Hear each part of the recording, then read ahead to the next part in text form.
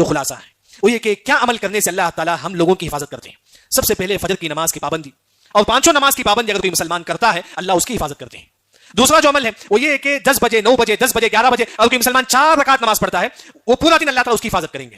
اگر ہفتے کے دن 9 بجے 10 بجے 4 رکعت پڑھیں گے ہفتے کے دن اللہ تعالیٰ آپ کی حفاظت کریں گے. تیسرا جو عمل ہے آیت الکرسی, آیت الکرسی اگر آپ پڑھیں گے پوری رات اللہ تعالیٰ آپ کی حفاظت کریں گے. اسی طرح ایک اور جو دعا ہے ابو داؤد کی روایت ہے, آپ صلی اللہ علیہ وسلم فرماتے ہیں تمام کو دعا یاد ہے, کم از کم یہ دعا پڑھتے رہے, یاد رکھیں صبح شام اگر یہ دعا 3 مرتبہ پڑھیں گے اللہ آپ کی حفاظت کریں گے. اگر کوئی مسلمان فجر کے بعد یہ دعا 3 مرتبہ پڑھے گا شام تک اللہ اس کی حفاظت کریں گے. کیا دعا ہے تمام کو یاد ہے, بسم اللہ الذی لا یضر مع اسمہ شیء فی الارض ولا فی السماء وهو السمیع العلیم. 3 مرتبہ پڑھنا ہے صبح میں, شام تک اللہ تعالیٰ آپ کی جان کی آپ کے مال کی حفاظت کریں گے. اگر آپ شام کے وقت پڑھیں گے صبح تک اللہ تعالیٰ آپ کی جان اور مال کی حفاظت کریں گے. اپنے بچوں کو بھی سکھاؤ, آسان دعا, یہ کرنے سے بھی اللہ تعالیٰ ہماری حفاظت کرتے ہیں. پانچواں جو عمل ہے وہ ہے کہ جتنا آپ اللہ کا ذکر کریں گے اتنا اللہ تعالیٰ آپ کی حفاظت کریں گے. چھٹواں جو عمل ہے اگر کوئی مسلمان مریض کی عیادت کرتا ہے اللہ اس کی بھی حفاظت کرتے ہیں. ساتواں جو عمل ہے کہ اگر کوئی مسلمان جب گھر میں داخل ہوتا ہے سلام بول کے داخل ہو, سلام بول کے جب آپ گھر میں داخل ہوں گے جب تک آپ گھر میں رہیں گے اللہ تعالیٰ آپ کی حفاظت کریں گے. اسی طرح جب آپ گھر میں داخل ہوتے ہیں جب تک آپ گھر میں رہیں گے کسی کی غیبت نہ کرو, جب تک آپ گھر میں کسی کی غیبت نہیں کریں گے اللہ تعالیٰ آپ کی حفاظت کریں گے. اسی طرح ایک اور جو عمل ہے قرآن کی تلاوت, جتنا ہو سکے قرآن پڑھتے رہو.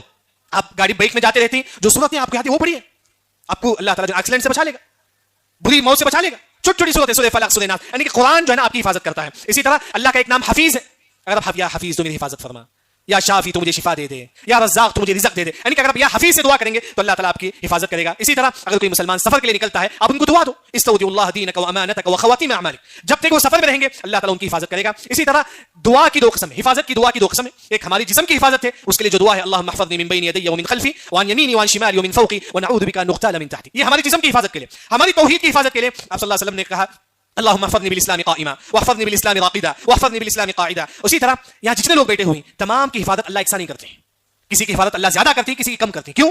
کیونکہ اس کے 2 ریزن ہیں.